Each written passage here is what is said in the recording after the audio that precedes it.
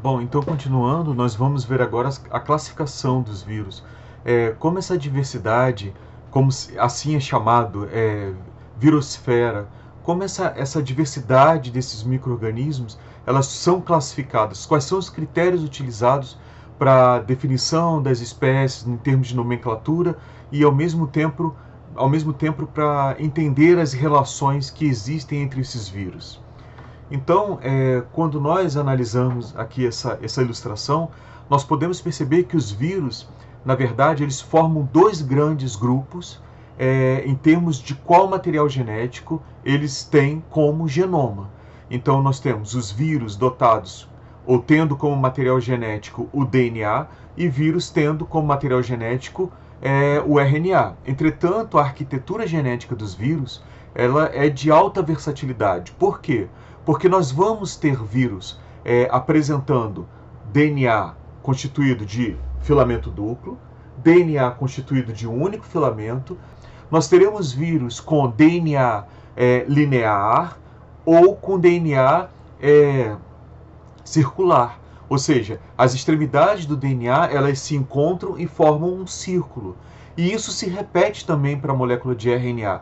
Nós teremos vírus de RNA com RNA dupla fita ou duplo filamento, nós vamos ter vírus de RNA com um único filamento, nós teremos vírus com RNA com orientação com orientação ou polaridade positiva, ou seja, assim que ele entra na célula, ele já tem um quadro de leitura orientado para a tradução. Nós temos vírus de RNA com polaridade negativa, é necessário fazer uma cópia complementar desse RNA, e aí sim essa cópia complementar ela tem o quadro de leitura orientado para a produção das proteínas. Nós temos vírus de RNA que são retrotranscrito, ou seja, nós precisamos aí de uma molécula de DNA complementar a esse RNA, e aí essa molécula de DNA produzida através de uma enzima chamada transcriptase reversa, é ela que vai se inserir no material genético da célula hospedeira, ou seja, nós temos aí uma alta versatilidade genética entre os vírus. E é interessante nós sabermos, por exemplo, o que acontece geralmente com vírus de RNA e o que acontece geralmente com vírus de RNA quando eles entram numa célula. Se nós considerarmos a célula eucariótica, nós vamos ter uma segregação em termos de como se processa o fluxo da informação gênica. Então, o fluxo da informação gênica, a informação ela está no DNA, ela é transcrita numa molécula de RNA e a partir do RNA são produzidas as proteínas, num processo chamado de tradução. Então, nas células eucarióticas, esses processos eles estão compartimentalizados. Então, nós temos a replicação do material genético e a transcrição ocorrendo no interior do núcleo, e no citoplasma ocorre a tradução. Então, se nós temos um vírus DNA, esse vírus geralmente ele vai ter seu material genético direcionado para o núcleo, porque lá é que se tem a enzima DNA polimerase DNA dependente. O que significa isso? É uma DNA polimerase, ou seja, é uma enzima envolvida na produção de DNA, então é ela que vai mediar o processo de replicação do DNA, e ela é dependente de DNA, ela tem como substrato os desoxirribonucleotídeos trifosfatado, ou seja, a adenina, a timina, a citosina e a guanina que tem lá como açúcar a desoxirribose. Bom, muito bem. Agora, se for um vírus RNA, o processo de replicação desse vírus ocorre no citoplasma. E aí nós temos um problema, porque o citoplasma das células eucarióticas não apresenta RNA polimerase dependente de RNA.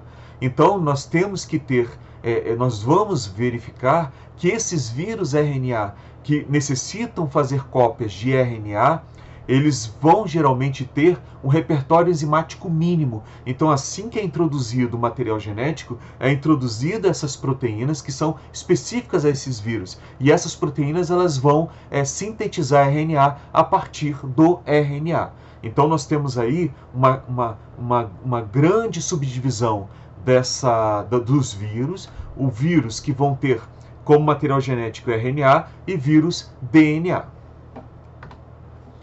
E aí é interessante, porque quando nós olhamos as taxas de mutações dessas duas classes de vírus, vamos dizer assim, nós podemos perceber que existem vírus que são mais suscetíveis à mutação.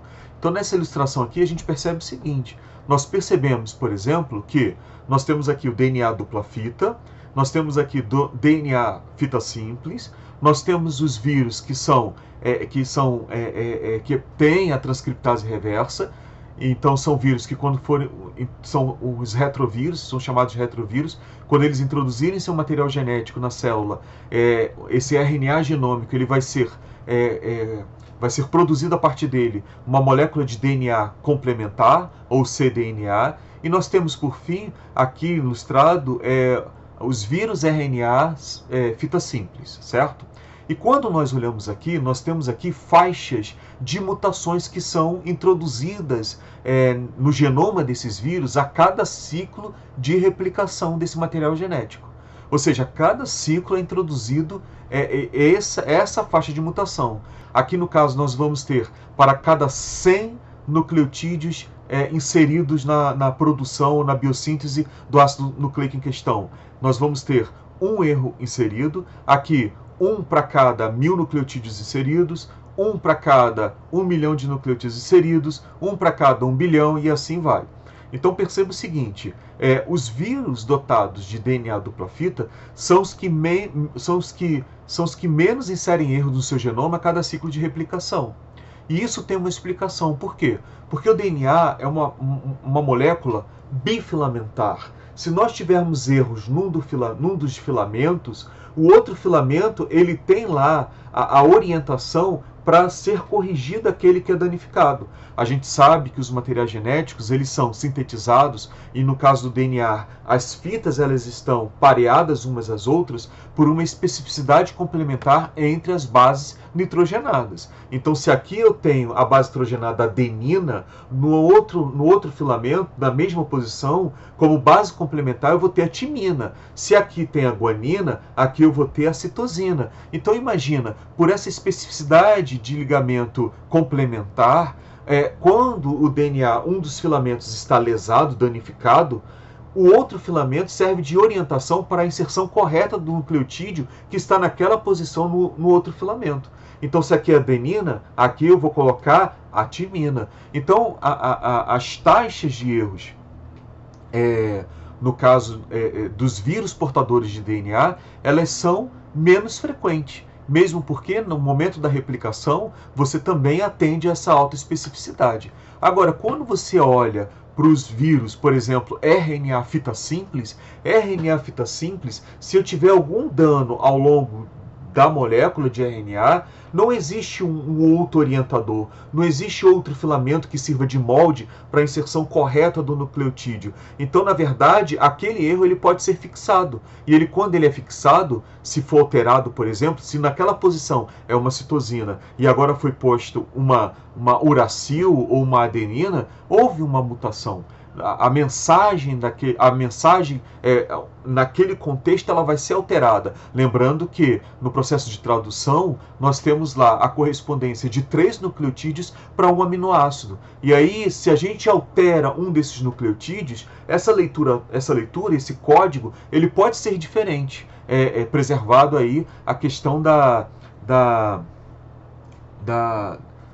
degeneração do código genético, ou seja, várias trincas elas especificam o mesmo aminoácido. Mas, por exemplo, se for aqui uma trinca uracil, uracil, uracil, esse código é responsável pela introdução do aminoácido fenilalanina. Se tiver qualquer troca, eu posso alterar e não posso mais colocar nessa posição, no processo de produção de proteína, no processo de síntese de proteína, a fenilalanina. Vou colocar um outro aminoácido e isso altera a estrutura da proteína. Então veja que os vírus RNAs, eles são muito mais suscetíveis à mutação do que aqueles vírus DNA dupla fita, certo? Isso está então, ao longo da evolução, o DNA foi selecionado como material genético permanente, ou seja, aquele que vai estocar permanentemente a informação genética nas células ou nos seres celulares, desde o procarioto até os eucariotos, devido à sua alta estabilidade. Sua alta estabilidade é principalmente confirmada por essa condição de duplo filamento. Aqui embaixo nós temos uma condição que foi mensurado de quantas substituições de nucleotídeos se pode ter anualmente. É uma taxa que também pode ser mensurada e eles mensuraram, pode ser estimada. E aí nós vemos o seguinte, que novamente esses vírus que são DNA dupla fita, eles têm uma baixa taxa de substituição de nucleotídeos, mesmo numa faixa ampla, em relação às outras modalidades de vírus, onde, por exemplo, aqui eu posso ter uma faixa mínima de substituição de um nucleotídeo para uma quantidade sintetizada de 10 a menos 8 a 10 a menos 10, enquanto que nos vírus RNA fita simples, eu posso ter aqui, por exemplo, a mais ou menos 1000 nucleotídeos produzidos, uma inserção de uma substituição, ou seja, substituição de um nucleotídeo por outro. Isso significa alta taxa de mutação, certo? Bom, mas quando a gente olha para os vírus, nós podemos ver outras coisas também. Os vírus, eles vão ter várias categorias gênicas, e aí eu cito 3 principais, né? Nós vamos ter vírus que são, vamos ter informações genéticas ou genes específicos dos vírus, ou seja, aquela espécie de vírus vai ter aquela informação genética que não é encontrada, ou uma família de vírus tem lá uma informação genética que não é encontrada em outras famílias. Isso seria aí a existência de informações genéticas que são específicas a determinadas espécies virais ou famílias de espécies virais. Agora, nós podemos ter outra situação, que é a presença de segmentos genéticos virais que têm correspondentes nas células hospedeiras. Então, nós vamos ter aí os chamados genes virais, que são homólogos a genes, principalmente das células hospedeiras. E, por fim, nós temos genes marcadores virais, ou seja, genes que vão estar presentes num grande grupo de vírus, por exemplo, a RNA polimerase RNA dependente. A RNA polimerase dependente de RNA, ou seja, é uma RNA polimerase, então ela fabrica RNA, mas ela depende como substrato unidades ribonucleotídicas, ou seja, unidades que formam o RNA. Essas enzimas, elas vêm em alguns vírus porque nossas células não têm essas enzimas. Então, os vírus, eles têm que garantir uma condição mínima para que haja o início lá da replicação do seu material genético. Então, nós temos aí essas proteínas fazendo parte dos RNAs, ou dos vírus RNAs polaridade negativa, por exemplo, certo? Bom, então veja, essas características, elas são utilizadas na taxonomia dos vírus. Então, por exemplo, a condição do vírus ter DNA, se esse DNA é linear, se esse DNA é circularizado, se o vírus tem envelope, se o vírus não tem envelope, e se não tem envelope, a geometria que é assumida pelo capsídeo, porque existe aí um repertório de geometria limitado. Então, todas essas informações, sejam genéticas ou sejam de ordem mais morfológica, elas são utilizadas no processo de taxonomia dos vírus. Então, por exemplo, os vírus de DNA. Os vírus de DNA, eu vou ter vírus de DNA fita dupla, vírus de DNA fita simples. Entre aquelas duplas e fita simples, eu tenho os envelopados e não envelopados, ocorrendo o mesmo para os vírus de fita simples. E aí eu vou ter DNA fita dupla envelopado com DNA circular ou DNA linear, e isso vai se repetindo. E aí eu tenho, por exemplo, aqui as grandes famílias de vírus. Então eu vou ter aqui, por exemplo, herpes viridae, ou os vírus herpes, eles vão ter DNA linear, vão ser envelopados, fita dupla, então são vírus de DNA. E, por exemplo, aqui, o adenovírus, ele já é DNA linear, não envelopado, e aí ele pertence lá a DNA de fita dupla. Como exemplo de DNA de fita simples, nós podemos citar aqui o parvoviríade, que gera uma doença chamada parvovirose, que é uma doença marcada pela presença de diarreia sanguinolenta nos cães. Então esse vírus ele vai ter DNA linear, não envelopado, fita simples. Então vejam, eu tenho aqui essas características para servirem de referências na classificação dos vírus. DNA linear, DNA circular, DNA dupla fita, DNA fita simples, as formas dos capsídeos quando eles não são envelopados. Então eu tenho aqui, por exemplo, o icosaédrico, a forma icosaédrica, a forma filamentar, e aí os envelopados. Isso se repete para os vírus de RNA. Então eu tenho vírus de RNA, eles vão ter fita simples, fita dupla, podem ser lineares ou podem ser circulares, as formas também geométricas dos capsídeos. Então todos esses repertórios, eles são utilizados, esses repertórios morfológicos, eles são utilizados na classificação dos vírus, certo? Bom, e aí existe uma classificação que foi estabelecida por Baltimore, onde ele divide esses grupos virais em 7 grupos. E aí, esses 7 grupos, eles são nomeados de grupo 1, grupo 2, 3, 4, grupo 5, grupo 6 e grupo 7, cada um correspondendo a um genoma específico. Então, o grupo 1 é DNA dupla fita, grupo 2, DNA fita simples, grupo 3, RNA dupla fita, grupo 4, RNA com polaridade positiva. E aí o que significa isso? É o vírus que vai ter um RNA pronto para ser traduzido. Nós temos vírus RNA fita simples com polaridade negativa. É um vírus que, ao ser introduzido esse material genético, é feita uma cópia inicial. Então nós vamos ter um RNA complementar a esse de polaridade negativa, e esse RNA complementar, ele tem lá o quadro de leitura para ser traduzido.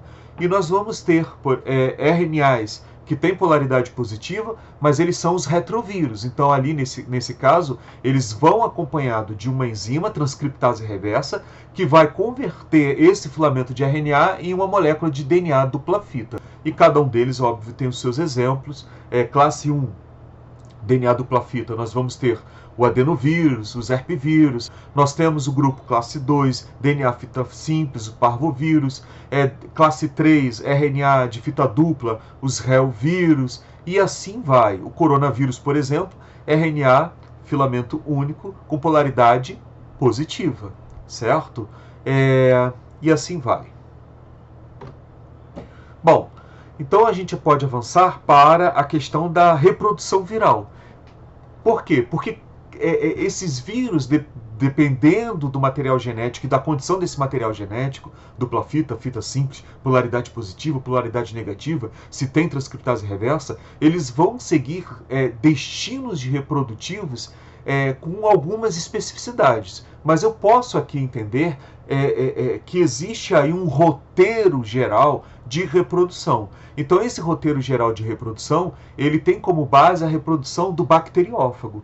Então o bacteriófago é um vírus responsável pela infecção das bactérias. Então o que nós temos aqui? Nós temos aqui um processo de reprodução que basicamente segue esse roteiro. O vírus, ele interage com a superfície da célula hospedeira, ele agora injeta o seu material genético. A presença, nesse caso, do material genético, quando lido, já geram proteínas que vão degradar o material genético da célula hospedeira. Então agora eu tenho a produção das proteínas necessárias para a geração dos capsídeos, nesse caso, e aí você começa a ter um processo de produção desses vírus e replicação do material genético. Novamente, subsequentemente, nós encontramos a montagem desses vírus, e por fim essa célula tem tanto vírus, que ela acaba explodindo. Ou seja, ocorre o fenômeno chamado de lise celular. Então nós conseguimos ver algumas etapas. Etapa de adsorção, que é a interação com a superfície, a etapa de penetração, que é a entrada desse vírus ou a internalização do seu material genético, a etapa da biossíntese, ou seja, a biossíntese dos componentes virais e da replicação do material genético, a etapa da maturação, que corresponde à montagem dessas partículas virais, a montagem dos vírions, e por fim você tem a liberação dos vírions, que é a etapa da lise celular. Isso pode ser observado numa curva de crescimento. Então, inicialmente você cultiva esses vírus na presença de bactérias, óbvio, uma vez que os vírus eles não se reproduzem de forma autônoma, e existe um artifício que eu vou apresentar daqui a pouco, que serve como parâmetro de estimativa, de contagem dos vírus. Mas a gente consegue visualizar essas fases da reprodução viral nesse gráfico. Ela pode ser traduzida, esse modelo matemático ele me identifica as etapas. Então, inicialmente, eu tenho uma etapa de biossíntese, onde eu não consigo ali identificar um número, uma quantidade crescente desses vírus. Após essa etapa de biossíntese, onde ali está ocorrendo a produção dos elementos formadores do capsídeo, replicação do material genético, segue a fase da montagem dos vírus, ou seja, a fase de biossíntese propriamente dita, e aí essa fase nós temos aí um crescimento exponencial da quantidade desses vírus, prosseguida pela lise, certo? E aí chega um determinado momento em que há uma estabilidade nessa quantidade, indicando ali que as populações de bactérias elas morreram. E aí você tem a quantidade máxima dentro daquela cultura de produção viral, vamos dizer assim. Bom, nós temos além daquele ciclo de desenvolvimento, ou ciclo de reprodução, que é chamado de ciclo lítico. Por que ciclo lítico? Porque esse vírus ele tem uma alta virulência. Então, assim que ele penetra na célula, ele se multiplica rapidamente e essa célula acaba explodindo, acaba tendo uma lise celular. Por isso, aquele ciclo de reprodução viral ele é chamado de ciclo lítico. Nós temos um outro ciclo reprodutivo dos vírus que é chamado de ciclo lisogênico. E no ciclo lisogênico, o que nós temos? Nós temos aqui a integração do material genético no material genético da célula hospedeira. E ele fica ali, latente, ele não se expressa. E à medida que essa célula vai se reproduzindo, como nós estamos vendo aqui, esse material genético ele vai sendo replicado juntamente com o material genético da célula. Como essa célula ela não lisa imediatamente após a infecção, nós estamos diante de um ciclo lisogênico. E é interessante o seguinte, o comportamento lítico e lisogênico ele é facilmente visualizado no vírus da herpes humana. Então vamos lá? Existem feridas que surgem no lado dos lábios e geralmente existem pessoas que são mais suscetíveis, existem outras que não são suscetíveis. O fato é que, via de regra, todos temos a presença do vírus da herpes nessa localização, mas algumas pessoas, por algum motivo, elas desenvolvem ou uma imunodepressão, o sistema imunológico está mais enfraquecido e aí elas acabam desenvolvendo. É uma condição, por exemplo, dos aidéticos. Mas existe uma situação específica. Algumas não desenvolvem ao longo da vida, embora tenham presença, mas existem algumas pessoas que elas sempre vão ter a manifestação dessas feridinhas quando elas vão à praia. Então, lá na praia, o que pode estar acontecendo? A radiação ultravioleta, ela incide sobre as células da pele, as células epiteliais, e elas acaba sendo um fator de estresse porque elas causam danos no DNA. E aí é o seguinte, existem sensores. Esses sensores, eles identificam danos no material genético da célula hospedeira, mas só que esses sensores, eles acabam tendo uma função ambígua de alertar ao vírus que está na forma de prófago, ou seja, o material genético dele está inserido, que essa célula ela está com problema. Então, entre aspas, mas muitas aspas, esses sensores, na verdade, estão comunicando para esses vírus adormecidos, latentes, que essa célula ela corre o risco de morrer. Então, antes que ela morra, esses vírus são ativados. E eles são ativados e eles começam agora a entrar na fase lítica de reprodução. Então, eles começam novamente a degradar o material genético, a se multiplicarem, e isso faz com que essas células elas lisem. Bom, então aqui eu tenho a síntese desses dois ciclos de reprodução, o ciclo lítico e o ciclo lisogênico. Então, no ciclo lítico, o que acontece? Nós temos aqui a etapa inicial, a adsorção, onde o vírus ele interage com a superfície celular, ele injeta o material genético, a presença desse material genético com algumas enzimas acaba destruindo o material genético da célula hospedeira, e aí agora o único material genético que está nessa célula é o do material genético viral, e ele começa, ele agora tem o domínio da maquinaria enzimática, e é óbvio, ele vai manipular, mobilizar todo esse maquinário enzimático para a produção dos seus componentes. E aí você tem o sistema bioquímico de produção de ATP gerando energia para que essa energia seja aproveitada nos processos anabólicos, ou seja, de produção dessas unidades que são os capsômeros, por exemplo. E aí o que você tem? Além disso, da própria replicação do material genético do vírus. A próxima etapa é a de montagem. Então você tem um processo de maturação desses vírus, onde esses materiais genéticos vão ser encapsulados nos capsídeos, e por fim a liberação dessas partículas virais chamadas vírus, seguida aí do rompimento celular. Esse aqui é o trajeto do ciclo lítico. Agora, a sequência de eventos que vão caracterizar o ciclo lisogênico, ela tem essas etapas. Novamente, a adsorção, a penetração do material genético e a intercalação do material genético no material genético da célula hospedeira. Então agora essa célula vai se dividir, ela é uma célula progenitora, potencialmente progenitora, ela começa a se dividir, gerando descendentes, e esses descendentes, cada um deles vai ter a cópia do material genético viral. E agora, em determinado momento, por algum motivo, essas células ou estão envelhecendo, essas células descendentes, progênies, ou elas estão envelhecendo, ou elas estão com o material genético delas submetido aí a danos por fatores ambientais, enfim. Aí o que acontece agora é uma ativação desse vírus que está na forma de profago. E aí a ativação desse vírus leva à entrada do ciclo lítico e, portanto, a sequência de eventos próprios do ciclo lítico, certo? Então veja que há aí um acoplamento entre o ciclo lisogênico e o ciclo lítico. Bom, aqui nós temos meio de cultura, já foi apresentado no início da apresentação, quando a gente falou da história dos vírus. E aí nós temos aqui, por exemplo, um meio de cultura bacteriano. Então, se você olhar aqui, você está vendo aqui um aspecto embaçado, onde nós não conseguimos visualizar a gelatina nutritiva que está aqui embaixo.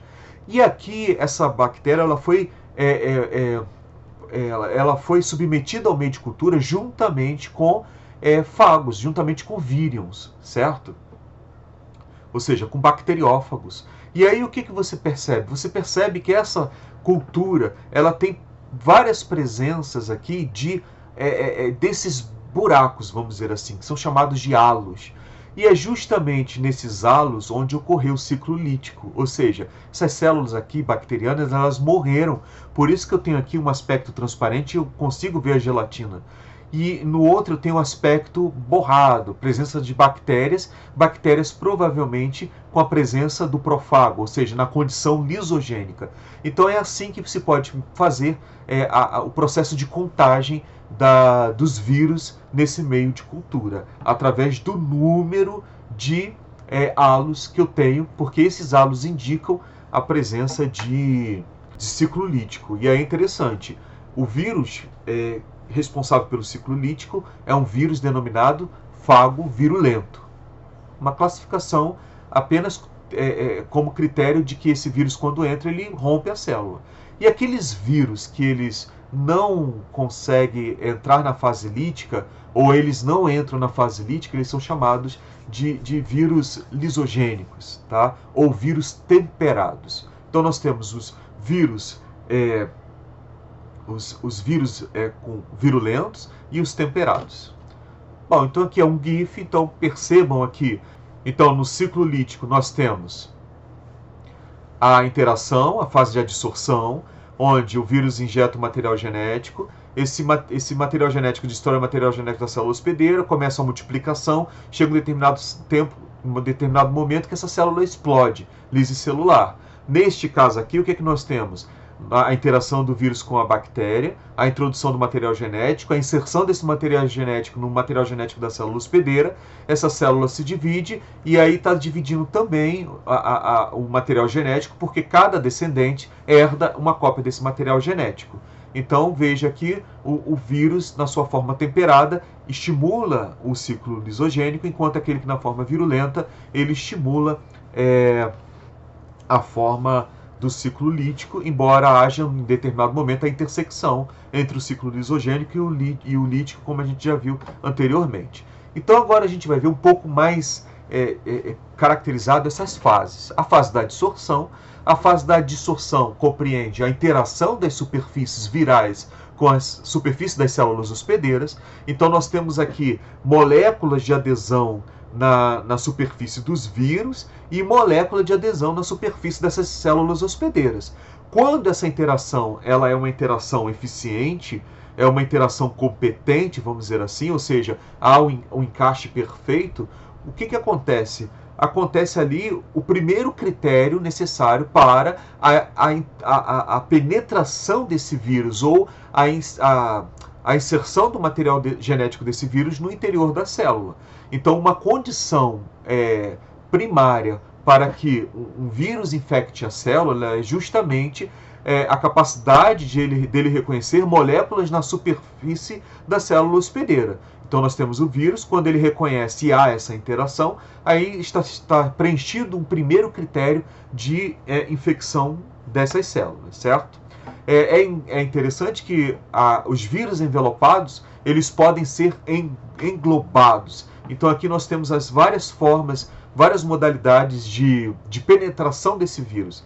Então nós temos aqui primeiro a interação das moléculas presentes na superfície viral e na superfície da célula hospedeira, e posteriormente nós temos a injeção do material genético. Essa é uma forma de penetração. Só entra o material genético, isso é típico dos bacteriófagos. Aqui nós temos uma situação em que o vírus é envelopado, nós temos aí que o vírus envelopado ele se funde à membrana da célula hospedeira e entra aqui o capsídeo.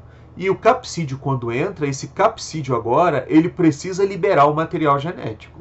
E nós temos uma outra situação em que o vírus ele vai entrar na forma de vesícula, ou seja, existe aqui uma endocitose, ou seja, endocitose, transporte de alguma substância ou de algum elemento para dentro da célula, sendo que esse processo é mediado pela formação de vesícula. E é o que acontece aqui. Lá dentro, essa vesícula ela libera o capsídeo e, por fim, você tem a liberação do material genético, certo? Então, a outra fase seria o desnudamento, o desencapeamento, né, desencapamento, perdão, desse material genético, porque esse material genético ele ainda está dentro de um capsídeo, então ele precisa ser liberado agora para o citoplasma dessa célula. Então, você tem esse processo. E agora nós temos a etapa da biossíntese. E a etapa da biossíntese, novamente, é uma etapa que envolve a replicação do material genético e também a produção das proteínas envolvidas na estruturação do capsídeo, na estruturação das moléculas de adesão. Então, e aí nós temos dois tipos de vírus, como já foi falado, RNA e DNA. Os vírus DNA vão ter seu material genético migrando para o núcleo da célula, se tratando de célula eucariótica, enquanto que os RNAs eles vão estar presentes no citoplasma. E aí a condição do retrovírus, aqui no caso nós temos um retrovírus, requerendo aí a transcriptase reversa para converter esse RNA em DNA, e aí sim o DNA penetra no núcleo para ser integrado no genoma da célula hospedeira. Então nós temos essas estratégias e nós vamos ver como ocorrem essas estratégias, ou seja, como ocorre a replicação do material genético quando o vírus é um vírus de DNA, um vírus de RNA fita simples polaridade positiva, um vírus RNA fita simples polaridade negativa, um vírus RNA polaridade positiva, a partir do qual vai ser produzida uma molécula de DNA complementar através da atuação da transcriptase reversa, e vamos dar prosseguimento a isso. Então, vírus com DNA, então nós temos aqui o DNA. Esse DNA, geralmente, ele é intercalado no material genético da célula hospedeira. Então nós temos aqui o material genético da célula hospedeira, ele vai ser cortado e esse DNA viral ele vai ser colado de forma a se intercalar no material genético da célula hospedeira. Por fim, várias cópias de RNA são produzidas a partir desse DNA, utilizando a RNA polimerase própria da célula hospedeira. Lembrando que a RNA polimerase dependente de DNA existem nas células e é a partir dessa RNA polimerase que vão ser produzidas as moléculas de RNA, incluindo as moléculas de RNA viral, que no citoplasma vai servir para efetivação da tradução, a efetivação da produção das proteínas virais, certo? Muito bem. Nós temos uma situação aqui que deve ser falada, que é a questão do câncer do colo do útero. Vamos supor que esse segmento aqui, onde se insere o DNA do vírus, tem informação para gerar uma proteína que impede a célula de se dividir. Então, a divisão celular ela é bastante regulada. Nós temos genes que incentivam a reprodução celular e genes que refreiam a reprodução celular. Então, em determinados momentos, a célula não pode se dividir. Se ela se divide de forma descontrolada, estamos diante de uma célula que vai gerar um tumor, ou seja, uma massa de células que estão se dividindo e gerando células filhas que se reproduzem de forma constante. Isso não é interessante para a célula. Eu vou dizer o porquê. Um exemplo máximo. Imagine uma célula do tecido conjuntivo, por exemplo, uma célula glial, se multiplicando de forma descontrolada dentro da caixa craniana.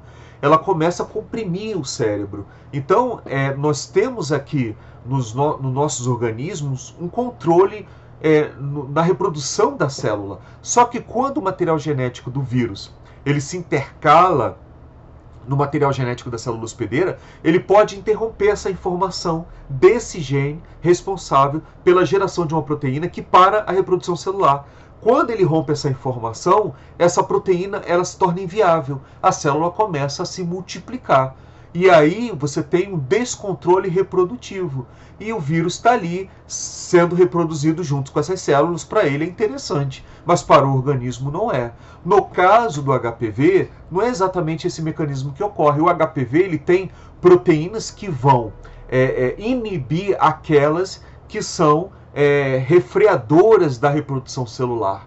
Então nós temos proteínas que refreiam a reprodução celular, elas exercem um controle negativo na reprodução celular, e o HPV tem proteínas que vão inibir essas próprias da célula para evitar o descontrole da sua reprodução. E com isso nós temos desenvolvimento de cânceres no colo do útero, ou seja, na parte mais inferior do útero. E é interessante por quê? Porque esse vírus ele é transmitido via sexual e geralmente os homens são assintomáticos. E no caso das mulheres, a presença desse vírus está relacionada com o desenvolvimento do câncer do colo do útero, certo? O vírus papiloma humano ou HPV. O HPV também, mas é um outro tipo de HPV, é responsável pela formação da verruga. Avançando, nós temos aqui um outro exemplo do que pode acontecer com a inserção do material genético da célula, certo? Então veja bem, esse vírus ele vai penetrar na célula. Quando o material genético dele é intercalado com o material genético da célula hospedeira, existe aqui na vizinhança, ou seja, a informação genética imediatamente a esse vírus, por algum motivo ela está sendo multiplicada de forma contígua à informação do genoma viral. E aí o que acontece? Os vírus que estão sendo produzidos a partir dessa replicação, eles estão levando um pedaço imediatamente após genético da célula hospedeira. Isso aí pode explicar o porquê que algumas informações genéticas presentes nos vírus são muito correspondentes, homólogas, a informações genéticas das células hospedeiras. Ou seja, fragmentos das células hospedeiras podem estar sendo carregados juntamente com os vírus, porque na hora da replicação viral, existe a replicação de um pequeno fragmento contíguo, ou seja, continuado à informação genética do vírus. Aí, o que essa informação está associada? A que essa informação está associada? Isso é uma pergunta que tem que ser feita. Por quê? Porque eu posso estar carregando ali uma proteína envolvida na regulação positiva da reprodução celular. Ou seja, a presença daquela proteína de forma não regulada pode estimular essa célula a se dividir. E aí você tem a produção do que se chama de oncogene, genes envolvidos em cânceres e oncogenes virais. Então existem vírus associados ao surgimento de determinados cânceres específicos. Por quê? Porque eles acabam transportando um pedaço da molécula de DNA responsável por estimular a célula a se reproduzir, certo? Então nós temos aqui a intercalação do DNA no DNA da célula hospedeira e a interrupção de uma informação genética, por exemplo. Então eu vou ter a inativação desse gene aqui. E aí esse gene aqui está envolvido em que na célula? Se ele está envolvido no controle negativo da reprodução celular, essa célula agora não tem mais a presença dessa proteína, ela agora está liberada para se dividir e ela vai se dividir de forma descontrolada. Nós temos uma outra situação que seria a questão do vírus, ele carregar uma informação genética e essa informação genética estimula as novas células hospedeiras infectadas a se reproduzirem de forma descontrolada. Então nós temos aqui um vírus, esse vírus ele foi intercalado no material genético da célula hospedeira, mas quando ele saiu, ele acabou levando um pedaço gênico. Então nas células hospedeiras normais, nós temos aqui esse gene está envolvido na estimulação da divisão celular. Quando o vírus saiu, ele acabou levando esse fragmento. Ou ainda tem a seguinte situação. Quando esse vírus foi intercalado no material genético da célula, nós vemos aqui que nós temos uma sequência regulatória, uma sequência que estimula a produção desse segmento genético do vírus, mas acaba produzindo também a sequência genética dessa proteína que está envolvida positivamente na reprodução celular.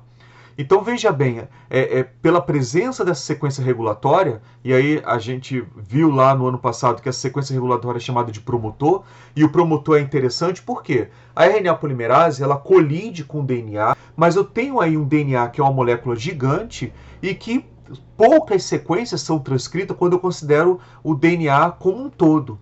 Como é que há o reconhecimento dessas sequências que têm que ser transcritas? Essas sequências elas estão submetidas a um regulador que é chamado de promotor. Então veja bem, eu tenho aqui um promotor, eu tenho a sequência que vai ser gerada, a partir dela vai ser gerado um RNA. A RNA polimerase, ela colide com o DNA e quando ela chega nesse promotor, ela segura nesse promotor. Ela tem uma alta afinidade por essas sequências, que são sequências chamadas promotora. A partir desse momento, tudo que está aqui na frente até um determinado ponto vai ser gerado, vai servir de informação para gerar uma proteína. Então, quando o vírus ele se intercala no material genético, ele tem o seu próprio promotor. E aí a RNA polimerase, quando atinge essa região, mas ela acaba gerando também a sequência genética imediatamente posterior a esse vírus. No caso, é uma proteína envolvida na estimulação da divisão celular. Então, toda vez que o vírus é transcrito, essa proteína também ela vai ser gerada e vai estimular a divisão celular. Então, novamente, nós temos aqui o vírus, ele vai se integrar ao material genético da célula hospedeira, e à medida que esse vírus vai sendo transcrito, aquilo que está imediatamente após também pode ser transcrito, e se for uma proteína que estimula a divisão celular, essa proteína vai se dividir. A outra situação é na hora do vírus sair da célula, ele levar o pedacinho daquele gene. E quando ele leva o pedacinho daquele gene, está em rosa, daquele gene da célula hospedeira, a próxima célula hospedeira que vai receber esse vírus, ela recebe esse vírus com uma cópia de um gene que vai gerar uma proteína capaz de estimular aquela célula a se reproduzir de forma descontrolada.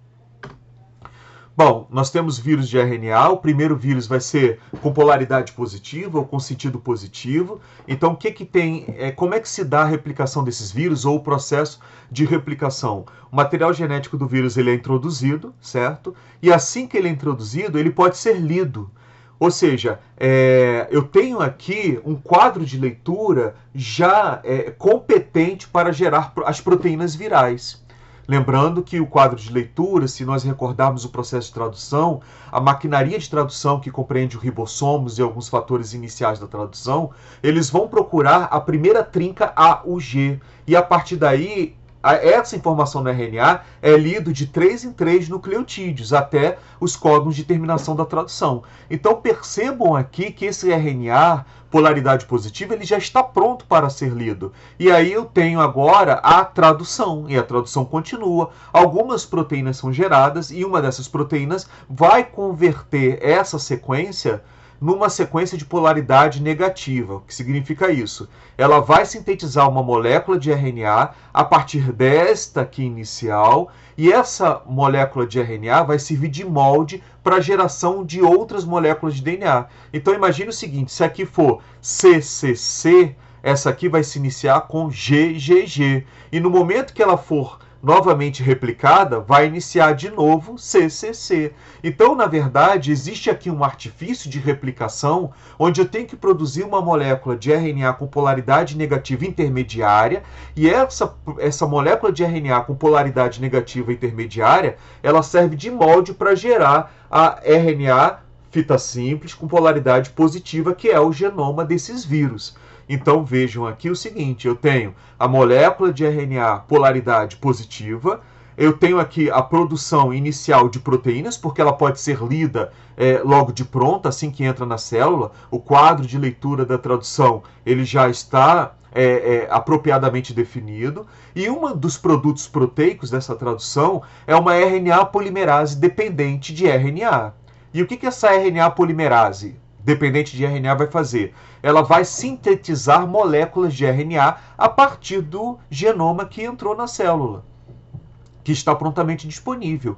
Só que essa molécula de RNA produzida inicialmente, ela tem polaridade negativa. Ela é complemento dessa com polaridade positiva. E esse intermediário com polaridade negativa serve de molde para a geração dos filamentos com polaridade positiva, e são esses filamentos com polaridade positiva que vão ser inseridos lá nos capsídeos, no processo de montagem, e vão ser liberados. Ou seja, eu tenho aí a liberação, novamente, de vírions, de partículas virais, com o seu material genético polaridade positiva. Bom, dentre os exemplos nós temos o coronavírus, certo? O coronavírus responsável pela síndrome, a síndrome respiratória aguda e severa. Então, caracterizado por uma inflamação intensa no sistema respiratório, que culmina na dificuldade respiratória, e eventualmente essa inflamação ela pode se disseminar para todos os órgãos. E é interessante isso, por quê? Porque o receptor do coronavírus, ele é um receptor que pode ser dito bem usual nas células. Então esse receptor ele está no pulmão, mas está no fígado e está no rim. Daí você tem aí a possibilidade de uma inflamação generalizada. Mas inicialmente o reservatório natural é um morcego. De alguma forma, esses vírus eles acabam atingindo outros reservatórios e estoques na natureza. Então nós temos aqui alguns mamíferos, e dentre esses mamíferos, alguns exóticos para nós, o furão, pangolim, o vison, no caso também pode estar associado com infecção a tartarugas e cobras, e de animais domésticos, o porco, o gato, o cachorro, enfim. E será que existe uma troca entre eles? Mas o fato é o seguinte, é que, de alguma forma, a presença de um vírus que tem como reservatório natural o morcego e alguns animais que estão na cadeia trófica desse morcego, acabam atingindo e com poder de infecção em seres humanos. É óbvio que aí deve ter havido algumas mutações, e essas mutações favoreceram a infeccibilidade, vamos dizer assim. E aí o que acontece? Há uma disseminação geral, como nós conseguimos visualizar no caso da pandemia. É um vírus RNA fita positivo e, portanto, respeita aquele processo de reprodução. Nós temos aqui que também é um vírus envelopado, e as moléculas que vão interagir com as moléculas da célula hospedeira na sua superfície.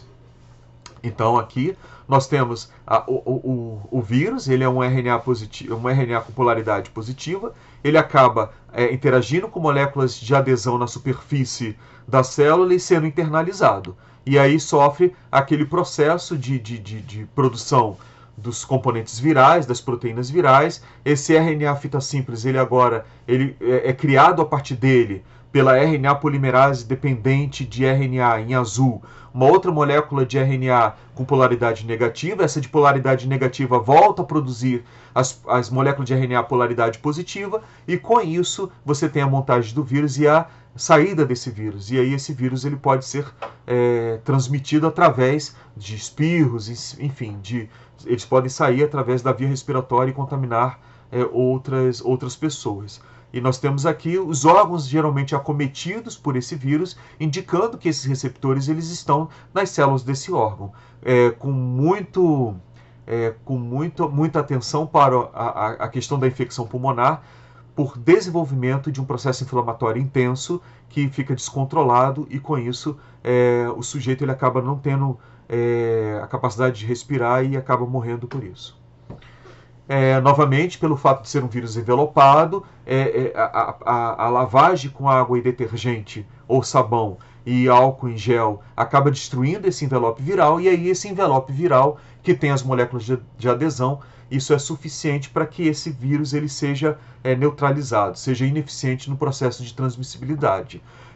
A recomendação do uso da máscara, então essa ilustração mostra as estimativas de infecção, de transmissão desse vírus em pessoas que estão utilizando máscara e que não estão utilizando máscaras. Aquelas pessoas que não estão utilizando máscara têm exposição total, a que utiliza máscara tem uma exposição mais reduzida, e o ideal é que nós tenhamos aqui pessoas onde ambas estão utilizando a máscara, porque eles são transmitidos através dessas gotículas que saem com a fala. Então nós temos os vírus de RNA com fita negativa ou polaridade negativa, lembrando que essas com polaridade negativas elas não apresentam um quadro de leitura que esteja prontamente apto a fazer com que essa molécula de RNA seja traduzida. Então, inicialmente, é necessária a conversão dessa fita com polaridade negativa numa fita com polaridade positiva. Então, esses vírus eles já trazem consigo um repertório mínimo enzimático, que seriam as enzimas responsáveis pela produção de uma fita de RNA com polaridade positiva a partir dessa fita de RNA com polaridade negativa. E aí, quando eu tenho essa produção, essas fitas com RNA com polaridade positiva, elas são agora utilizadas para a produção das proteínas. E, ao mesmo tempo, elas podem ser utilizadas como template, molde, para a geração das moléculas de RNA com polaridade negativa, que é o genoma real desses vírus, certo? Então, novamente, aqui o processo aí de produção e de replicação desse DNA. O vírus da gripe, ele é um vírus de RNA com polaridade negativa. Então, quando ele é internalizado na célula hospedeira, nós vemos aqui que essa fita de RNA ela é utilizada para a geração de uma fita de RNA com polaridade positiva. A RNA polaridade positiva vai servir para os processos de tradução e, ao mesmo tempo, ela serve para gerar novas fitas com RNA polaridade negativa, certo? Então, a polaridade negativa atua como molde para a geração de moléculas com polaridade positiva. Polaridade positiva vai servir aí de molde para a produção de proteínas e, ao mesmo tempo, serve de molde para a restituição ou para a geração de várias cópias de filamento RNA negativo. E aí o vírus ele consegue agora ser montado e ser liberado da célula.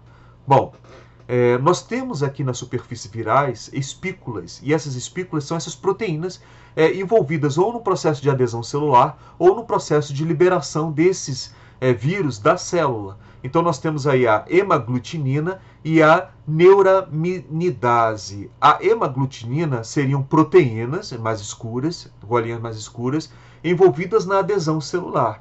E as neuraminidases, elas são espículas que estão envolvidas na ruptura dessa membrana para a liberação desses vírus quando esses vírus precisam sair. E é aqui que vem a simbologia HN, ou seja, eu tenho aí diversos tipos, H1N1, H2N2, eu reconheço subtipos de vírus de gripe através do tipo de espículas que eles estão carregando, sejam espículas das ditas hemaglutininas ou neuraminidase, certo? Bom, mas como foi falado, nós temos vírus da gripe específicos para determinados tipos de animais. Nós temos vírus da gripe específico para o porco, específico para as aves aquáticas e específico para os humanos. O grande problema é que o porco ele acaba sendo esse reservatório acidental ou até mesmo natural para os 3 tipos de vírus. E aí o que acontece? Esses vírus eles têm material genético segmentado. Pelo fato do material genético ser segmentado, eu posso ter aqui uma mistura desses materiais genéticos no interior da célula hospedeira, da célula infectada simultaneamente por essas 3 formas de vírus. E na hora de remontagem desses vírus, eu posso ter a formação de combinações de materiais genéticos provenientes de fontes diferentes. Então, na hora ali de recombinar, na hora de produzir uma partícula viral, eu tenho segmentos de vírus que veio da ave, do porco e do ser humano, formando uma partícula viral, um vírum. O nome desse processo é chamado de ressortimento. É uma forma de aumentar a variabilidade genética desses vírus. O grande problema é que, uma vez tendo esses vírus a capacidade de infectar os seres humanos, eles estão levando novas informações. E isso faz com que aquele vírus da gripe possa ser resistente às vacinas tomadas previamente. Então nós temos aí uma vigilância constante no caso do vírus da gripe, porque novas formas de vírus da gripe podem ser formadas e elas estão aí sendo traduzidas naquelas diferenciações das espículas da superfície dos vírus e, eventualmente, alguma delas pode ter um poder de virulência maior, o que pode culminar aí numa morte em massa. Então aqui o contato direto, enfim, nós temos aqui a transmissão, ela pode se dar diretamente através de uma ave aquática, mas existem casos em que você tem aí o processo de ressortimento desses vírus, significando que no porco há aí a combinação dos vários materiais genéticos advindos dos vários subtipos virais, como está ilustrado aqui, e isso pode ser responsável por formas de gripes que se constituíram em problemas de saúde pública até em nível pandêmico. Então, a gripe espanhola, a gripe asiática, a gripe de Hong Kong, por aí vai. Então, esse desenho ilustra melhor isso. Nós temos aqui 2 tipos de mutações ocorrendo nos vírus da gripe. Nós temos uma mutação que ocorre no vírus da gripe própria das mutações dos ácidos nucleicos. Então, lembrando que por ser RNA fita simples, essas moléculas de RNA elas são muito suscetíveis à mutação. Então, eu posso ter mutações ocorrendo em nível do próprio vírus que faz com que ele seja resistente ao sistema imunológico. Mas eu posso ter novas formas virais surgindo através do processo de ressortimento, como foi falado, que ocorre geralmente no porco, certo? Então, eu tenho a variação antigênica menor, que seriam essas mutações que ocorrem de forma espontânea nesses vírus, próprias do fato de terem aí como material genético o RNA fita simples, mas eu posso ter aí variações de uma escala maior ou antigênica maior, advindas de uma combinação de materiais genéticos provenientes de fontes virais de gripes diferentes.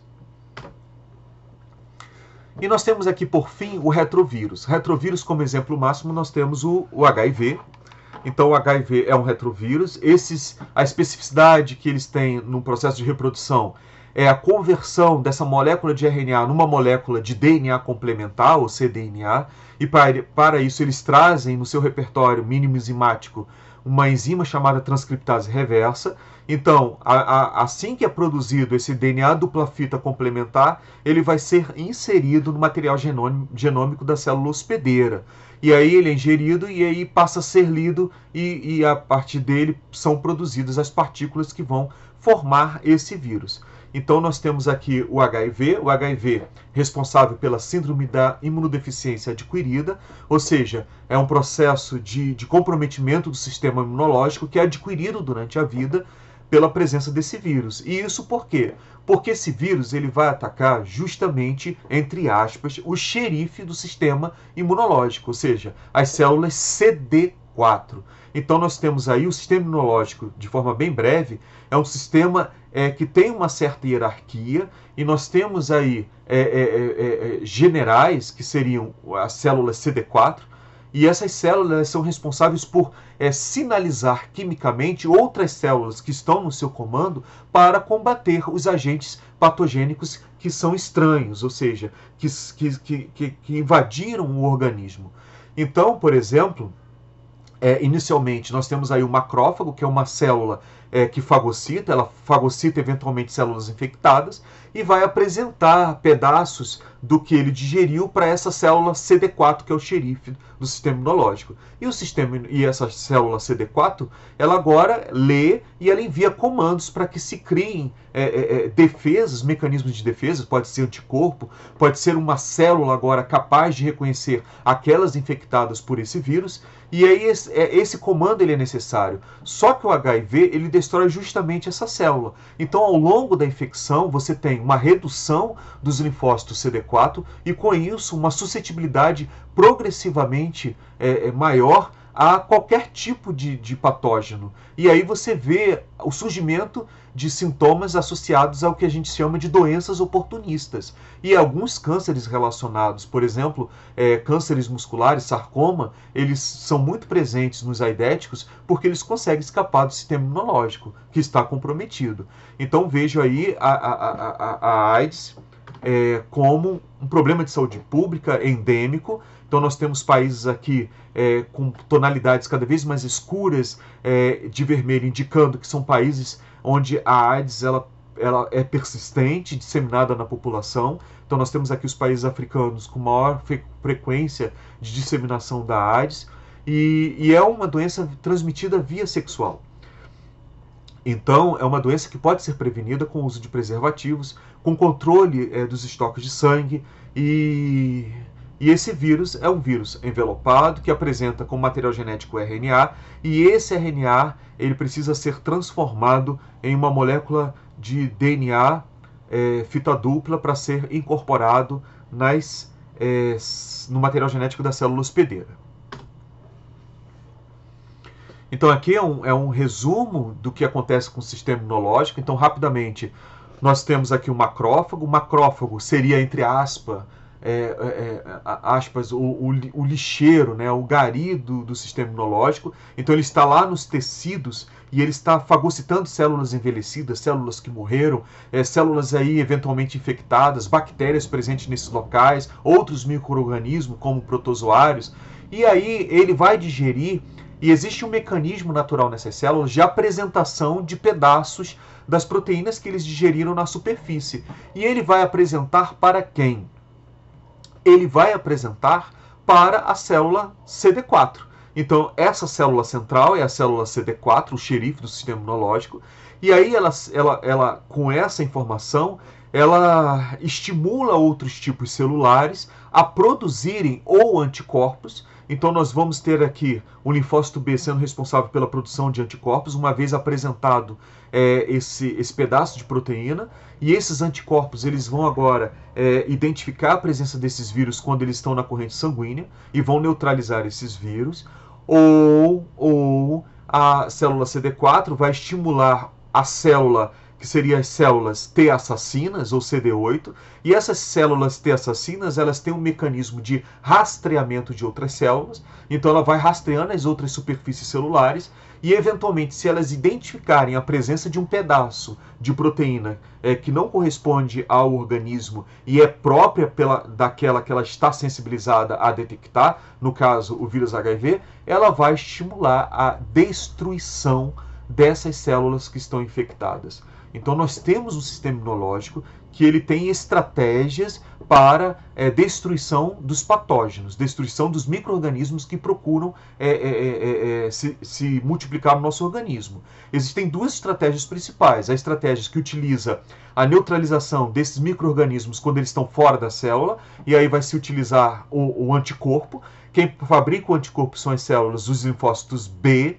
E a outra estratégia é reconhecer as células infectadas. O vírus, como é um parasita intracelular, ele está escondido dentro da célula. Então, essas células, elas fagocitam, elas digerem esses vírus, apresentam pedaços nas superfícies, e aí entra a atuação da CD8, que é escanear a superfície dessas células, e aí detectando aquele pedaço molecular pela qual ela foi sensibilizada, ela mata, ela induz essa célula infectada a morrer. O grande problema é que essa célula infectada é o próprio CD4. Então, na verdade, o linfócito T assassino, ou CD8, ele agora se torna competente em eliminar os CD4s. E aí você tem, ao longo da infecção, a redução da população de CD4 no organismo, tornando esse organismo vulnerável às doenças presentes no ambiente. O vírus da gripe, tuberculose, enfim, as doenças que agora vão ser ditas oportunistas, certo? Então aqui, ao longo da infecção, o que a gente vê?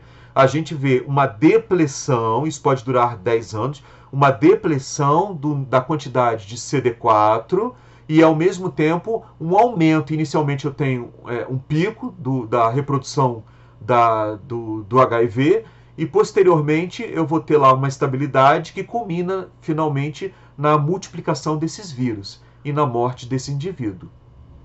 Inicialmente eu tenho uma fase que é confundida com qualquer infecção viral, tem uma longa fase assintomática, então nós temos que ter cuidado, a janela pode durar aí 10 anos, de indivíduos que têm o vírus, são portadores do vírus, mas eles não têm sintomas, são assintomáticos, e eventualmente eles podem desenvolver os sintomas. É óbvio que nós temos hoje a estratégia de combate desses vírus, certo? E essa estratégia de combate, rapidamente, essas estratégias de combate, elas vão neutralizar algum momento da reprodução desse vírus. Então, por exemplo, aqui, ó, só para citar no processo de conversão da molécula DNA dupla fita, você precisa da RNA, da transcriptase reversa. A transcriptase reversa pode ser um alvo de neutralização. Então, existem compostos químicos que vão atuar em nível de transcriptase reversa para inibir a função da transcriptase reversa. E existem outros compostos químicos que vão evitar a adesão, que vão evitar a montagem desses vírus. Enfim, existem aí pontos chaves no processo de reprodução desse vírus que pode ser utilizado para a produção de um composto químico que venha neutralizar aquela etapa da reprodução viral, e com isso fazer com que esse vírus ele não se reproduza. O grande problema é que esse vírus tem uma alta taxa de mutação, e com isso ele consegue subverter essas estratégias de reprodução viral. E com isso nós utilizamos todos esses medicamentos combinados. Damos o nome disso de coquetel. Então nós temos aqui as formas de transmissão do vírus HIV. Então nós temos, no caso, a relação sexual, o contato com o sangue. Então nós temos a questão da transfusão sanguínea, e por fim uma transmissão vertical, ou seja, durante a gestação, o vírus pode infectar o embrião em formação.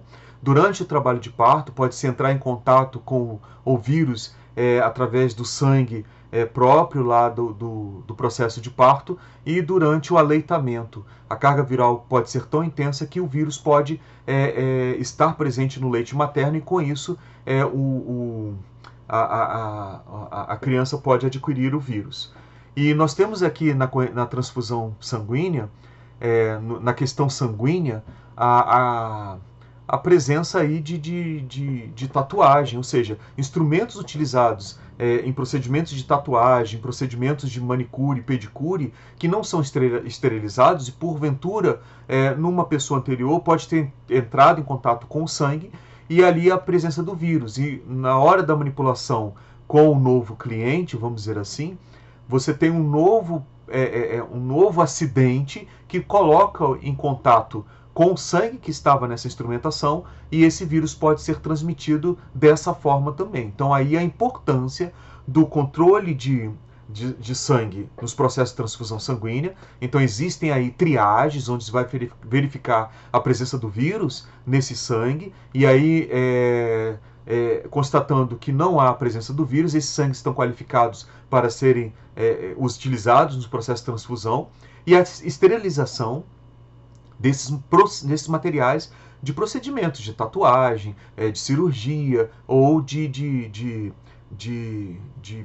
no caso utilizado pela manicure ou pedicure, certo? Bom, então nós temos aqui alguns sintomas. Então veja, nós temos aqui a presença de fungos. Então nós temos a candidíase, ela se aproveita desse enfraquecimento do sistema imunológico, e ela consegue aí se multiplicar, se desenvolver. A presença de herpes, a presença daqueles sapinhos que foram falados, o sarcoma de Kaposi, que é um câncer originado aqui na musculatura, no tecido conjuntivo fibroso. Enfim, nós temos aí os glânglios desenvolvidos, indicando a presença de infecções. Então nós temos aqui uma série de sintomas que vão caracterizar ou que vão ser específicos da AIDS ou mais incidentes nessa população com o vírus HIV sem tratamento. Bom, então para finalizar essa parte de vírus, como apêndice, nós temos aqui os processos de imunização. Então, quando a gente fala de imunização, nós estamos falando de um processo que habilita esse organismo a ser resistente ao micro-organismo do qual ele não é naturalmente.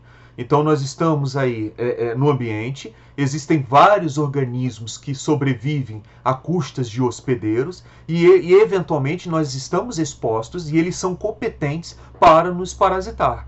E aí, existe aí uma relação parasita-hospedeiro, onde pode-se haver danos para o hospedeiro de tal forma que comprometa a existência dele. Então, várias vezes na humanidade tivemos essas relações parasita-hospedeiro comprometendo a sobrevivência da espécie humana, e como exemplo aqui já foi trazido a questão da varíola. A varíola ela foi um agente patogênico muito importante, com mortes extensas na população humana. Hoje é uma doença considerada erradicada. As amostras virais elas estão armazenadas em centros de pesquisas específicos e são únicas, pelo que se sabe. Nós temos uma forma de varíola bovina. Então veja, a ordenheira de vaca, ela em exposição com essas formas, elas conseguem desenvolver pústulas, mas essas pústulas elas são muito mais brandas quando comparados com as pústulas desenvolvidas pela varíola humana. E aí, como já foi dito, Eduard Dini ele percebe que as ordenhadeiras de vacas elas não são suscetíveis aos danos mais graves da varíola humana. Então ele tem a ideia de expor uma pessoa a presença proposital da varíola bovina. Então tem aí um menino nessa história. Esse menino vai ser o primeiro o primeiro indivíduo humano a receber o processo de vacinação, como conhecemos hoje. Então é feito um corte, é retirado pus dessas pústulas de uma varíola bovina que está presente nas pústulas da pele de uma ordenhadeira. E aí essa pústula ela é introduzida. O pus dessa pústula, materiais biológicos dessa pústula, são introduzidos nesse rapaz. E aí o que acontece? Espera-se um tempo de incubação e agora se retira material biológico da pústula causada pela varíola humana, de uma vítima da varíola humana, e introduz novamente nesse menino que recebeu essa forma da varíola bovina anteriormente. E aí o que se constatou é que ele não desenvolveu formas graves da doença, ou seja, está aqui um processo de vacinação que aproveita a relação evolutiva ou filogenética próxima entre esses dois vírus, para que numa prévia exposição do organismo a uma forma que é menos virulenta e menos letal. Ele vem a desenvolver ali estratégias de imunidade que vão atuar também nas formas virulentas humanas, ou seja, naquelas formas de vírus que são responsáveis pela varíola humana e pela morte, no caso humano. Novamente, nós tivemos processos anteriores onde se utilizava amostras secas desses vírus. Então, esses vírus eles eram recuperados do pus e ali existia um procedimento de secagem, e essa secagem ela era assoprada no nariz das outras pessoas como uma forma de imunizá-las. Muitas vezes não davam certo porque se tratava diretamente de uma infecção de varíola humana, exceto se passou por um processo de atenuação pelo tempo de exposição fora de um organismo. Nós temos o processo de ridicularização, como já foi falado. Essa ilustração aqui demonstra como se fossem vacas saindo dessas pessoas, porque o processo foi chamado de vacina justamente fazendo menção à questão da vaca. Então, vacinar, introduzir a vaca, introduzir aquela forma de varíola bovina no ser humano como forma de desenvolvimento de defesa contra a varíola humana. E aqui nós temos dois meninos que foram submetidos à presença da varíola, sendo que um estava vacinado e o outro não vacinado. Nós temos também um outro processo de imunização desenvolvido por Pasteur, como já foi falado. Pasteur percebe que o vírus da raiva, quando exposto no ambiente, ele pode sofrer uma espécie de enfraquecimento, atenuação. Então ele começa a estudar qual seria o tempo mínimo de exposição desse vírus fora da célula para que ele se tornasse um vírus mais atenuado, ou seja, ao ser introduzido no animal que era cobaia, ele não desenvolvesse as formas graves que levasse esse animal a morrer. E aí ele tem a questão de um protocolo, ele estabelece um protocolo. E quando surge a oportunidade de experimentar isso em humanos, ele vai experimentar da seguinte forma: ele pega amostras de vírus que ficaram 15 dias expostas à atmosfera e ao potássio, ou seja, estão atenuadas, e ele já havia experimentado que essas formas, quando aplicada, por exemplo, no cão saudável, fazia com que ele ficasse resistente à forma virulenta da raiva recém-extraída, a forma virulenta, né, do vírus da raiva recém-extraída da saliva de um cachorro infectado. Então ele pegava essa forma com 15 dias de exposição, atenuada, aplicava nesse cão, tinha um tempo de incubação, e aí ele ia lá e aplicava o vírus recém-extraído da saliva de um cachorro raivoso, e esse cachorro ele não desenvolvia a doença. Então ele estabeleceu esse protocolo que consiste no seguinte: pegou no primeiro dia que esse menino chegou ao seu laboratório, ele está com uma mordida aí, 16 mordidas de um cachorro com raiva, ele introduz esse vírus. Depois, no outro dia, ele introduz amostras de vírus que ficaram 14 dias exposto. Depois, amostras de vírus que ficaram 12 dias, 11 dias. E até ele chega num determinado momento, onde ele vai lá pegar a amostra de vírus que foi recém-extraída desse coelho raivoso. E esse menino ele não desenvolve a raiva. E aí eu tenho outro processo de imunização, que na verdade ele é diferente do Edward Jenner, porque ele envolve aí a atenuação, um processo de enfraquecimento desse vírus. Bom, nós podemos avançar um pouco e falar de uma outra forma de imunização. Essa imunização não é contra o agente patogênico em si, mas contra as toxinas. E aí você tem bactérias que produzem toxinas, por exemplo, o tétano, ela produz a toxina tetânica. Nós temos aqui, por exemplo, as cobras têm venenos, ou seja, tem substâncias tóxicas que quando injetadas na vítima, essas substâncias podem ser letais ou causam feridas gravíssimas, assim como dos escorpiões e das aranhas. Então aí eu tenho agora a construção de um processo de imunização que vai neutralizar essas substâncias tóxicas. Então veja bem, nós temos aqui Albert Calmette e Camille Guerin, eles conseguiram atenuar uma bactéria causadora da tuberculose. Então eles pegaram a bactéria causadora da tuberculose, e aí no caso essa bactéria ela causava tuberculose em bovinos, eventualmente infecta o homem, e é muito próximo evolutivamente da bactéria que causa a tuberculose humana. E eles conseguiram fazer um processo de atenuação, tanto é que essa bactéria agora é chamada de Bacillus Calmette-Guerin, ou seja, BCG, e com isso eu tenho a produção da vacina BCG. Mas nesse caso aqui, o que é que nós temos? Aqui daquele procedimento de Pasteur, onde eu tenho uma atenuação de um micro-organismo e eu vou inocular a forma atenuada desse micro-organismo para que o meu organismo venha desenvolver uma resposta e numa situação real de exposição eu já estou protegido e sensibilizado e eu tenho aí todo um sistema imunológico competente a destruir, no caso aqui, as bactérias tuberculosas. Mas quando se fala de toxina, como é que se foi desenvolvido essa questão da sorologia? Então, vejam bem, esses cientistas, inicialmente, eles pegam quantidades de toxina, seja de cobra, seja de aranha, enfim, e eles diluem muito essas toxinas. E aí eles injetam essas pequenas concentrações em um cavalo. E o cavalo, óbvio, ou outro animal de cobaia. E esses animais eles não vão morrer porque a concentração é diminuta, mas eles vão desenvolver anticorpos contra essas toxinas. Então, se eu tirar o sangue desses animais que ficaram expostos a essas toxinas, e agora, na região do plasma, eu tirar todos os fatores de coagulação, aquele plasma sem os fatores de coagulação, ele é o soro. Ou seja, ele ali é repleto de anticorpos contra aquela toxina. Então, eu vou pegar esses anticorpos e vou agora inocular no indivíduo. E é isso que foi feito. O Kamelt, por exemplo, ele gerou um protocolo para a produção de anticorpos antiofídico, mas uma substância antiofídica, um anticorpo antiofídico para a toxina de uma cobra da espécie Naja. E aí o que acontece? Ele ali diz que esse anticorpo que ele produziu é universal, que pode defender contra todos os venenos de todas as serpentes do mundo. E aí você tem Vital Brasil, ele começa a perceber aqui no Brasil que os sintomas gerados pela cascavel eram diferentes dos sintomas gerados pela jararaca. Então nós temos espécies de cobras peçonhentas, e essas espécies de cobras peçonhentas, quando elas picam e injetam seus venenos nas pessoas, o quadro sintomatológico são distintos.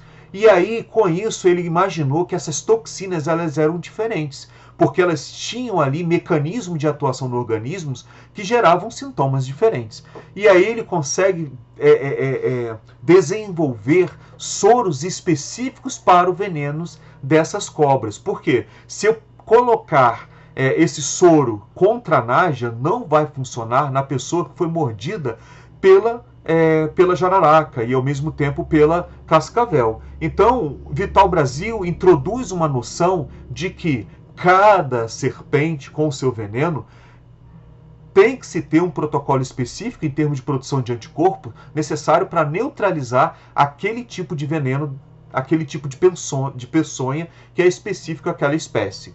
Isso aí foi uma inovação na pesquisa da produção dos soros. E a questão do soro é uma questão de tratar de forma imediata as consequências daquela peçonha. Por exemplo, a picada de uma cobra pode se disseminar, a toxina pode se disseminar no organismo e pode ser fatal em pouco tempo. Então não vai ter uma janela temporal para o sistema imunológico desenvolver um anticorpo contra aquele veneno, porque a velocidade de atuação desse veneno é muito rápida. E aí, nesse sentido, nós utilizamos o soro, ou seja, o plasma contendo o anticorpo contra aquela toxina. Por quê? Esses anticorpos eles vão atuar rapidamente na neutralização dessas toxinas e com isso eu não tenho os efeitos sintomáticos decorrentes da presença daquela toxina. Então nós temos aqui o Instituto Butantan, que é o instituto onde Vital Brasil trabalhou e hoje é um instituto de referência na produção de soros, na produção de vacinas para o Brasil e para o mundo. Bom, então quando a gente fala de imunidade, nós estamos falando de processos naturais ou artificiais que preparam o organismo contra as toxinas ou agentes patogênicos presentes no ambiente. Nós temos dois tipos de imunidade, a ativa e a passiva. Tanto a ativa quanto a passiva podem ser natural ou artificial, mas na imunização ativa, o organismo ele é estimulado a produzir anticorpos. Então, a vacinação é um processo de imunização ativa. Na imunização passiva, nós estamos injetando anticorpos prontos. De alguma forma, esse organismo está recebendo anticorpos prontos. E isso vai ter implicações na durabilidade dessa imunização, certo? Então, por exemplo, aqui, Exemplo de imunização natural na imunização ativa seria o contágio com o vírus da gripe. Eu peguei o vírus da gripe, eu tive os sintomas, com o tempo eu desenvolvo a resistência para aquele tipo de vírus da gripe. É uma imunização artificial através das vacinas. Então eu tomo aí a vacina antirrábica. Ora, se eu for exposto ao vírus da raiva, eu já estou imunizado. Por quê? Porque eu fiz isso de forma artificial, eu submeti o meu organismo anteriormente à presença atenuada desse vírus e agora eu tenho um sistema de defesa estabelecido para essa situação real que foi a minha exposição ao vírus da raiva. Na imunização passiva, ela pode ser natural e artificial novamente. Passiva natural, por exemplo, eu tenho a aquisição de anticorpos prontos através do leite materno. Então é importantíssimo que a criança ela seja submetida a esse processo de amamentação, porque ela está adquirindo o repertório de anticorpos que as mães têm durante a sua experiência de vida em termos de exposição aos patógenos e toxinas. Então esse repertório de anticorpos está indo prontamente para o bebê, assim como os anticorpos que atravessam a placenta e conseguem alcançar esse embrião em formação. Então são anticorpos que estão vindo para esse organismo de forma pronta e artificial através das terapias da soroterapia, ou seja, da inoculação de soros que são anticorpos prontos para o tratamento, por exemplo, de uma picada de cobra, ou seja, do veneno que veio através da picada da cobra. Então nós temos aqui a imunização passiva e aí nós temos algumas características. Vejam bem, nós introduzimos pequenas concentrações num animal, esse animal ele produz anticorpos, essa concentração ela não é letal, óbvio. De vez em quando a gente se colocam ali coadjuvantes para garantir que essa toxina ela não faça tanto efeito a esse animal. Uma vez ele produzindo anticorpos, é recuperado o sangue dele e a porção plasmática desse sangue. O sangue ele é constituído de células e é constituído de uma porção líquida. Essa porção líquida, quando eu tiro todos os fatores de coagulação, porque senão ela vai se transformar num tecido sólido, ou seja, ela vai coalhar aquele sangue, então eu tiro todos os fatores de coagulação, o que resta ali são os anticorpos. Então essa parte líquida do sangue, isenta de fatores coagulantes e cheias de anticorpos, é o soro. E ali eu tenho os anticorpos que foram produzidos por esse animal contra aquela toxina que ele foi exposto artificialmente. Agora, qual é o problema disso? É a durabilidade. Porque quando eu injeto o soro, os anticorpos prontos, eu vou ter um pico desse soro na corrente sanguínea, seguido de uma queda abrupta. E aí, o que acontece? Quando esse indivíduo ele recebe esse soro, ele não tem uma imunização permanente ou de longa duração. Então, foi ali para resolver aquele problema focal. É uma toxina bacteriana, uma toxina de escorpião, de aranha, de cobra. Então nós vamos ali submeter esse organismo a uma concentração altíssima do anticorpo contra aquela substância venenosa, aquela toxina, e isso vai servir para esse momento pontual. Se esse indivíduo for picado pela cobra da mesma espécie futuramente, ele vai ter que tomar soro novamente, vai ter que ser submetido à soroterapia antiofídica novamente, certo? Então nós temos aqui a extração do veneno da aranha, por exemplo, através de choque consegue se recuperar venenos dessa aranha. Esses venenos eles são inoculados no cavalo e aí com algum tempo nós temos aí a recuperação do sangue desses cavalos e com a recuperação desse sangue, a recuperação do plasma. Então nós temos aí que 12 litros de plasma dá para se produzir 270 ampolas com 5 ml do soro, desse soro que tem aí um anticorpo para esse veneno da aranha marrom no caso, e isso é importante por quê? Porque os danos dessa toxina são profundos, são dramáticos. Então a aplicação desse soro evita aí a necrose, o apodrecimento daquele local da picada do veneno dessa aranha marrom, que pode levar à morte. Certo? Na imunização passiva, na imunização ativa, o que ocorre? Eu vou estimular esse organismo a produzir os anticorpos e os sistemas de defesa, sejam também células, como a gente viu, que reconheçam as outras infectadas. E aí a durabilidade dessa imunização ela é mais longa. Então, na verdade, o que se ocorre? Eu exponho esse organismo à presença desses antígenos. Antígenos, no caso, é a presença ou da toxina, lá no caso do soro, e nesse caso aqui, a presença do vírus atenuado, da bactéria atenuada, ou de pedaço desses vírus, pedaço dessas bactérias. Então eu exponho esses organismos a esses antígenos, e aí esse corpo ele vai desenvolver lá estratégias de neutralização dessas substâncias, desses marcadores de identidade desses patógenos, e aí eu submeto uma outra vez como uma tentativa de reforço, e o que eu tenho é isso, respostas imunológicas duradouras. A primeira resposta, eu tenho um pico de anticorpo, se eu estou acompanhando a concentração de anticorpo, mas no segundo momento, quando ele teve uma exposição real, aquele patógeno, eu tenho lá novamente a superprodução ou a presença desse anticorpo em grandes quantidades no plasma sanguíneo. Então veja bem, no protocolo de vacinação eu posso ter vacinações de dose única, ou seja, aquela dose é suficiente para desencadear um processo de imunização a longo prazo, ou posso ter doses fracionadas, porque aí eu estou, entre aspas, reeducando esse organismo, eu estou estimulando de forma progressiva esse organismo a gerar anticorpos e células de defesa competentes para uma eventual situação real. Mas uma vez definido esse protocolo, terminado esse protocolo, esse organismo, toda vez que tiver contato com o antígeno real ou patógeno, o micro-organismo real, na realidade, ele vai ter aí altas concentrações daquele anticorpo, demonstrando que ele, entre aspas, aprendeu a se defender desses micro-organismos, certo? Então nós temos dois tipos de imunização: imunização ativa e imunização passiva. Na passiva, nós introduzimos anticorpos, e com isso, o que acontece? Esses anticorpos eles vão neutralizar essas substâncias.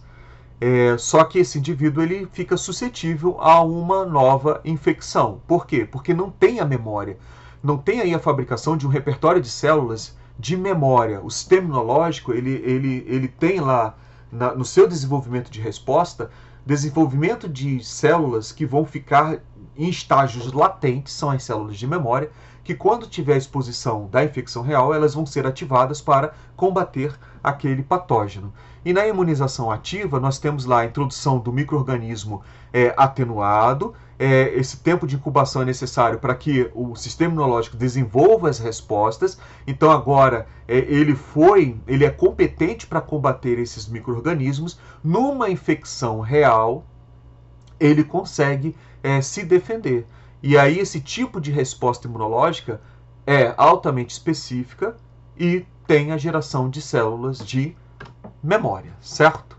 Então, eu termino aqui essa aula de vírus e deixo para vocês essa reflexão de Pasteur.